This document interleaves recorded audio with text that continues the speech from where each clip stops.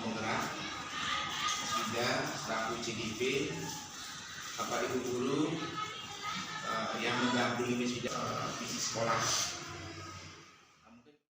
Di sini juga saya didampingi oleh pengajar praktik saya, Bu Maniti.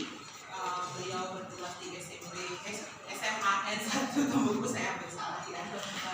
Jadi hari ini saya akan meminta kesediaan Bapak Ibu guru selaku rekan-rekan saya di SMP Maksud. Kita akan berdiskusi tentang ini visi saya pribadi sebagai seorang guru penggerak, kemudian bagaimana visi saya ini secara pribadi ini ada korelasinya nanti dengan visi sekolah, dan apa prakarsa perubahan yang saya rancang untuk mewujudkan visi pribadi saya dan juga sebenarnya visi sekolah. Oke, jadi saya mulai. Untuk yang pertama di sini, jadi tadi saya sudah memberikan lembar tentang kalimat rumpang cita-cita umum. Saya berikan Bapak Ibu waktu kayaknya 5 menit atau 5 menit lah ya gitu. Jadi silakan nanti Bapak Ibu lengkapi kalimat rumpang berikut dengan apa yang menurut Bapak Ibu cocok. Contohnya di sini kita memimpikan murid-murid yang ini berkaitan, kalau bisa saya berikan sedikit hint atau clue berhubungan dengan kurikulum mereka atau mereka belajar dan juga profil belajar Pancasila. Jadi cita-cita kita sebagai seorang guru untuk murid kita seperti apa sih? Jadi ada 6 kalimat rumpang, nanti silakan Bapak Ibu lengkapi sesuai dengan apa yang Bapak Ibu percaya. Silakan. Dia jadi siswa saja. Jadi itu yang agak sulit ya. Itu agak sulit bahwa setelah dia tidak jadi siswa, setelah dia terjun ke masyarakat pun, itu bagaimana supaya waktu di SMP itu tidak saya diminta oleh Bapak Ibu guru itu supaya belajar sepanjang hayat. Nah, jadi bagaimana hanya kita memimpikan bahwa anak-anak itu belajar sepanjang hayat, itu intinya. Terima kasih. Terima kasih Bapak. Jadi untuk nomor 1 kalimat rumpangnya adalah kesana. Oke. Jadi kita memimpikan murid yang karakternya itu sesuai dengan profil belajar Pancasila. Kan kalau karakternya sesuai dengan profil belajar Pancasila, jadi anak-anak itu pasti mandiri, pasti bernalar kritis.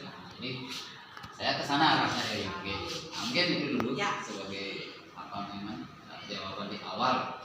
Oke. Terima kasih.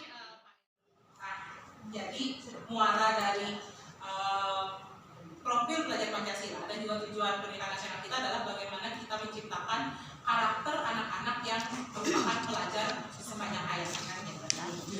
Semua untuk Pak Yan, Pak Anya, dan juga Bapak Kepala Sekolah, saya lanjutkan ke kalimat kedua.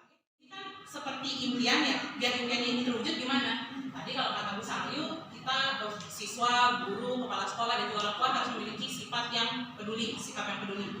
Di sini kalau bisa saya mungkin jelaskan mungkin kepedulian terhadap bagaimana pendidikan anak tersebut, gitu kan, anak itu juga sadar dengan proses pembelajaran yang guru pun sama, bagaimana pembelajaran kepada murid, dia peduli, kepala sekolahnya pun juga sama. Lagi, apakah cuma peduli? Kalau misalnya saya ditanya, karakter apa yang saya harapkan dari siswa? Atau sikap apa? Ingin tahu. Karena ketika kita ingin tahu, kita nggak akan berhenti belajar. Selalu cari tahu sih kenapa ya kok bisa gitu. Kalau orang sudah merasa dia tahu, dia akan berhenti belajar. Itu kalau misalnya konsep saya. Jadi saya berharap siswa saya memiliki karakter yang ingin tahu. Kemudian gurunya juga sama sebenarnya kan, ingin tahu. Kalau guru udah merasa dia tahu segalanya, dia nggak akan pernah mau upgrade kemampuannya kan. Guru juga saya yang ingin saya miliki, harapan saya seorang guru itu memiliki karakter peka. Jadi bagaimana guru itu bisa mengetahui gimana kondisi muridnya tanpa murid itu harus berkata dan jadi kita bisa lihat tanda-tandanya. Oke. Kepala sekolah, harapan saya karakter yang dimiliki oleh kepala sekolah atau sikap yang dimiliki kepala sekolah adalah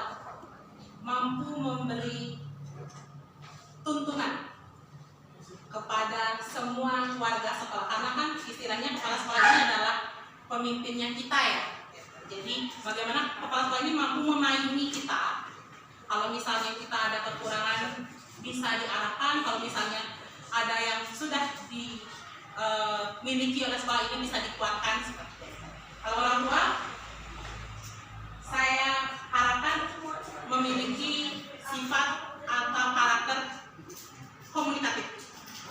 Karena tidak semua orang tua siswa biasanya akan lebih dulu menyampaikan anak saya punya kasus gini loh Bu, atau anak saya begini loh Bu, apakah di sekolah seperti itu juga gitu kan. Kadang juga kita sudah mendatangi orang tua seperti kunjungan Bu Ade pasti sudah sangat hafal gitu kan sama saya. Ketika kita datang misalnya ke rumah siswa, tidak semua orang tua itu menyambut dengan hangat, bahkan kadang awalnya adalah Ibu di sekolah emangnya ngapain? Anak saya sampai begini. Kadang kita dulu dipersalahkan gitu kan, nggak melihat dulu, kita bukan mau nyalahin juga datang ke sana. Jadinya kan kita sebenarnya mau mencari tahu apa sih sebenarnya masalah ini. Yuk kita sama-sama cari solusinya. Bukan artinya saya membenarkan posisi saya sebagai guru, bapak ibunya yang salahkan kan ya. Jadi itu kalau saya.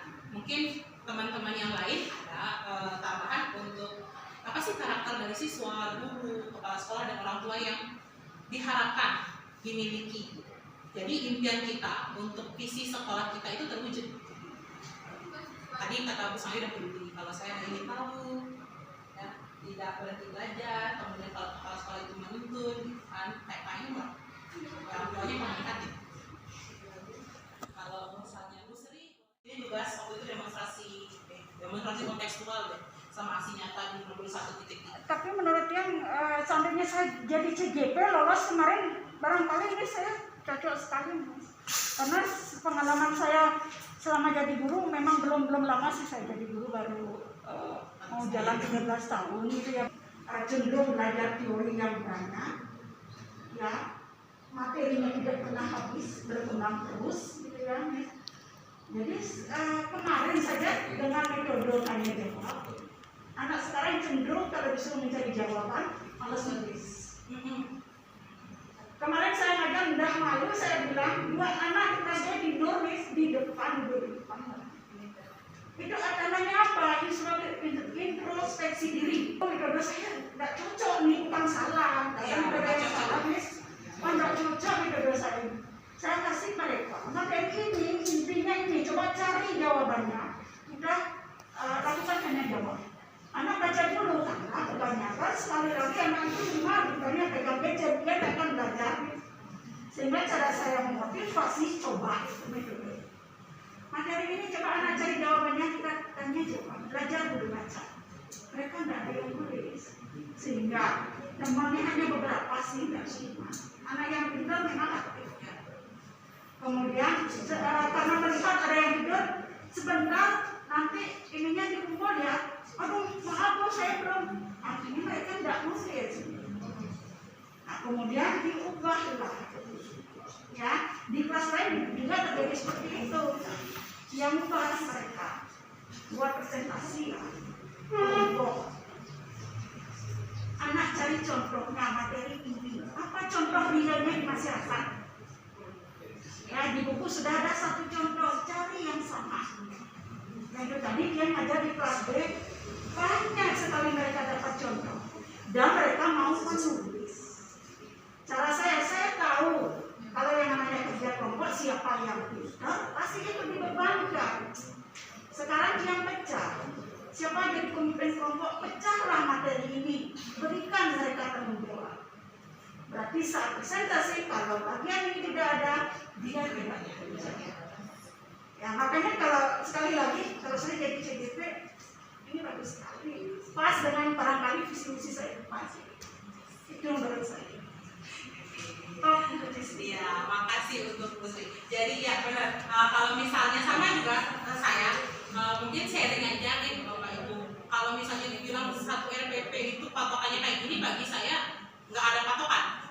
Karena setiap sekolah punya karakter siswa yang berbeda. Jangankan bilang satu sekolah, kelas-kelas pun akan berbeda. Idealnya pasti kita sebagai guru ketika masuk ke kelas A bisa jadi kita berguna di kelas B. Kalau misalnya kelas B ini lebih aktif, mungkin teori atau metode yang kita gunakan di kelas A jadinya kayak membuat meta besar. Jadi beda kelas, beda penerapan atau metode yang kita pakai. Kan kita sebenarnya idealnya, cuma kalau kita misalnya diminta untuk, kita actionnya pasti bisa. Cuma kalau kita diminta untuk bikin 6 RPP dengan satu materi yang sama, itu buru-buru. Makanya kalau saya bilang, tidak selalu administrasi itu sebagai fakta atau wujud nyata dari pelaksanaan tugas kita. Yang benar kan adalah bagaimana kita eksekusinya di kelas. Walaupun RPP-nya misalnya kelihatannya apa iya bisa seperti ini, tapi ketika kita sudah tahu oh, anak ini di kelas ini treatmentnya seperti ini, kan itu kita bisa lakukan. Makanya tidak selalu administrasi itulah yang jadi fakta yang benar. Luar biasa karena interaktif ya. Jadi ada masukan pertama dari Bu Sri nih tadi gitu. Kita sama-sama IPS. IPS itu ketika kita sedikit aja gini anak-anak bosan. Karena materinya kan dianggap, bagi ketika ekonomi SMA itu ada hitung-hitungan. Ketika salah, kalau kita pakai metode ini metode itu materinya nggak nyampe, tapi anak-anak nggak kekejar gitu kan. Jadi kayaknya semua mata pelajaran itu memang pertama mata pelajaran hafalan yang ibu fokusnya sejalan nanti ekonomi. Oh iya, aku kalau IPS dulu. Iya biasanya. Iya. Biasanya Nah, aku sekarang yang sedang proses mengajar sosiologi. Kedua itu sosiologi, kemarin geografi. Itu kan sosiologi, sejarah, Iya, mata yang pelajaran yang dari satu. mewajib tidur. Iya. Jadi benar banget bahwa ketika ada yang tidur bukan salah si anak. Bukan. Kita juga koreksi diri jadinya ya. Iya. Ketika materi itu nggak nyampe, selain anak kita juga harus koreksi diri. Jadi benar ketika oh ini ada gini, ini masukan nih buat saya, itu luar biasa. Jadi hidup jadinya ya, karena ada timbal balik, kemudian tadi kesimpulan visi yang akhirnya itu bisa nanti dibawa ke forum yang lebih besar, tapi tentu saja itu harus dari pucuk pimpinannya, nggak bisa dari kita ya. Jadi itu pucuk pimpinannya yang harus ya seperti di tiang teman gitu juga. Jadi kami buat kemudian dikembalikan lagi oleh kepala sekolah, dikembalikan kepada teman-teman. Ini biasanya gitu ya. Nah, kita sebagai guru juga siap untuk mengoreksi diri. Nggak usah nunjuk dulu, tapi kita dulu gitu. Terima kasih untuk ibu-ibu semuanya, bapak-bapak sudah hadir di sini, sudah jadi menumbuhkan ide baru juga buat kita semua. Terima kasih banyak. Yang tutup dengan